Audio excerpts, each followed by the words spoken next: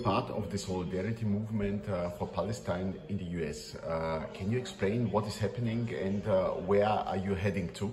Sure, my name is Christopher Helali. I'm involved with a few big groups and coalitions in Vermont and throughout the United States for Palestine, for Palestinian rights, for Palestinian liberation.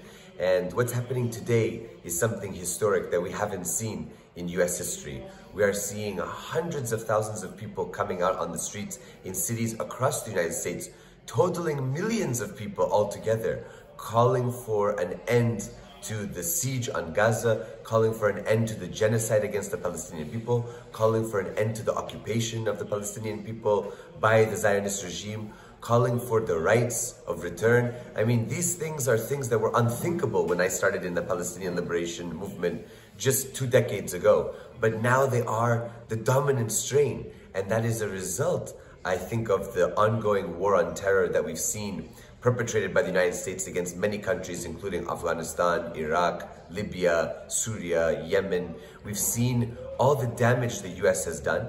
And the propaganda, the hasbara, the Israeli propaganda that we also are fed in the US by the Zionist lobby is slowly falling apart because people now recognize the lies. People recognize who is the real oppressor and who are the really oppressed people. Because the lie that somehow the Israelis must have self-defense and that they are under constant attack, this is lies. The Zionist regime is a nuclear-armed, well-funded machine. The Palestinian people have RPGs, aka Kalashnikovs, and stones. They are fighting for their liberation. They are fighting for their land.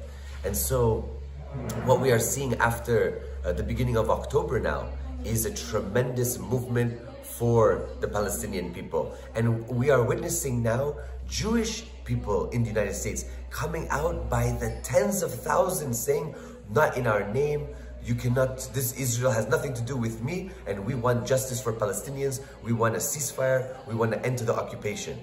We've seen groups like Jewish Voice for Peace and many others have grown tremendously in popularity, in membership, and in the support for the Palestinian struggle. So I think that is galvanizing another generation. I'm very excited, we all are, to see such a profound love and depth of support for the Palestinian people. And I believe that this is going to be a sea change, and it is eventually going to impact the US relationship with Israel in the coming years. And Joe Biden might lose the election because he's already lost the Muslim vote, he's lost the Arab vote, and it's a very, very important constituency. And if they stay out of the race, he might lose the election. That's why there's so much pressure now for the US on Israel to have a pause, to have some sort of temporary humanitarian corridor and so on, which you wouldn't have heard before.